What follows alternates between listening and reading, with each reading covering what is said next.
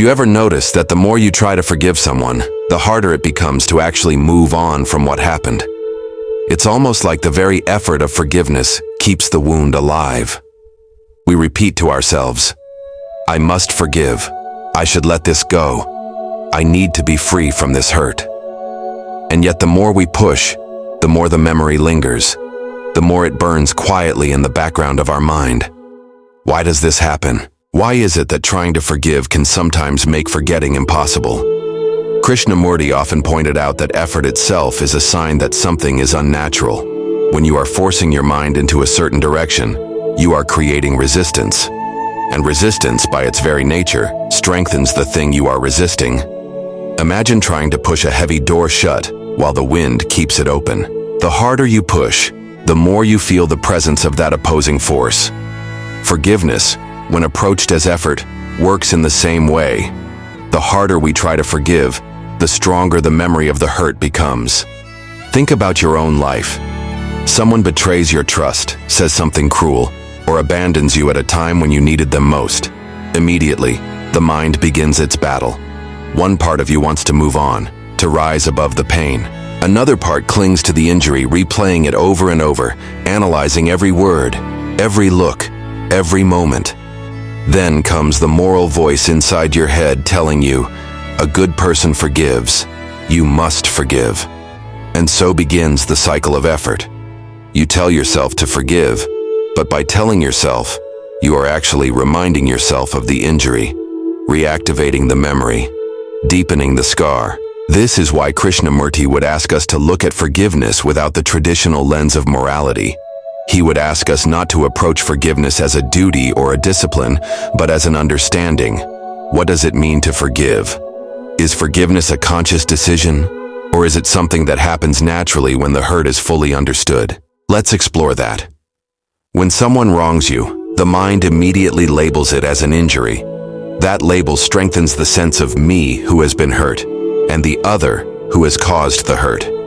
The self, which is a bundle of memories, images, and past experiences, feels attacked. And because the self is made up of memory, it clings to the hurt as proof of its own identity.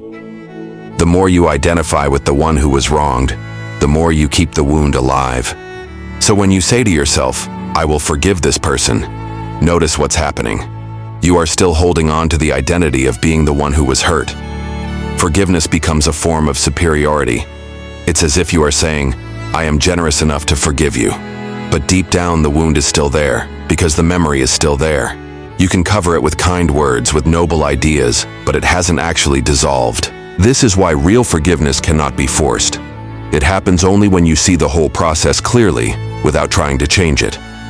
When you observe the hurt without judgment, when you see how memory keeps replaying the pain, something begins to shift. The clarity of observation itself starts to dissolve the attachment. You don't forgive because you think you should. Forgiveness happens naturally when the self that clings to the hurt is no longer active. Let me give you a simple example. Imagine you touch a hot stove and burn your hand. At first, there's pain. The body reacts. But as time passes, the wound heals. You don't have to sit there every day saying, "I must forgive the stove for burning me." Healing happens when you stop interfering with the process. The same is true for psychological wounds. When we don't interfere with effort, with forced forgiveness, with self-imposed morality, the hurt has a chance to dissolve on its own. But this requires tremendous awareness, because our instinct is always to interfere, to push, to control. We want to fix things right away. We want to declare, "I forgive you," so that we can feel like good people.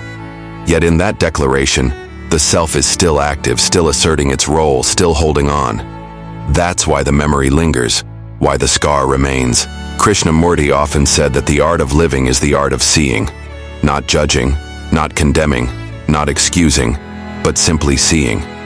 When you see how your mind is holding on to the injury, when you see how effort to forgive is keeping the hurt alive, then you don't have to do anything else. The very act of seeing is the beginning of freedom. So maybe forgiveness is not something to practice at all. Maybe the real question is, can you look at the hurt without the desire to fix it, without the desire to appear noble, without the effort to be virtuous? Can you simply observe it, quietly, with full attention? If you can, then forgiveness is no longer a struggle. Forgetting is no longer forced. Both happen naturally, like a river flowing, like a wound healing, like a storm passing. This approach is not easy, because our culture glorifies forgiveness as a conscious act, as a heroic gesture. We celebrate the person who forgives publicly, who declares their magnanimity. But the truth is, real forgiveness is silent, invisible. It's not about declaring anything. It's about the absence of the wound. And when the wound is gone, there is no need to forgive, because there is nothing left to forgive. Think about that. If you no longer carry the memory of the injury, what role does forgiveness play? It becomes irrelevant. The more you try to forgive, the more you remember. But when there is no memory, no self-clinging to the past, forgiveness is unnecessary. Let's take this further. Suppose someone close to you has deeply hurt you. Maybe they lied. Maybe they betrayed your trust. Maybe they left when you needed them most. The wound is real. You feel anger, sadness, even resentment. And then, almost immediately, society, religion, friends, or even your own inner voice tells you, you must forgive. But in that command, there is pressure. And under pressure, the mind resists. The mind does not heal under pressure. Healing requires space. If I tell myself every day, I must forgive this person, then I am not giving my mind space to heal. I am crowding it with demands, with expectations, with judgments. Each time I say, I must forgive, I also repeat the story of how I was hurt.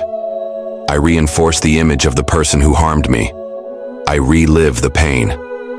And so forgiveness, instead of releasing me, becomes another form of imprisonment. Krishnamurti would often ask, can you see the fact without the story? The fact is simple. Someone said or did something, and it caused pain. That is what happened.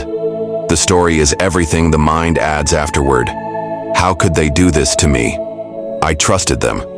I will never be the same. The fact is one thing. The story is another. And the story is what creates the lasting wound. So the question is not how to forgive the story. The question is, can you see that the story itself is memory? And memory is not the living present. It is something the mind carries, replays, and identifies with. The injury has already happened. It is over. But the mind keeps breathing life into it through thought, through repetition, through effort. Notice this in yourself.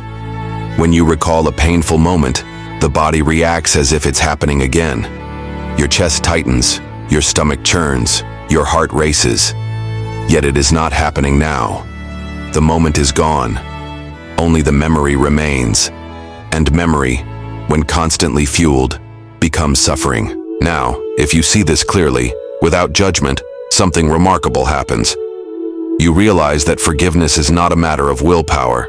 It's not about forcing yourself to let go. It's about understanding the process of memory and self. And in that understanding, letting go happens naturally. But what about forgetting? People often say, I can forgive, but I can't forget. Have you noticed how heavy those words are? What does it mean to not forget?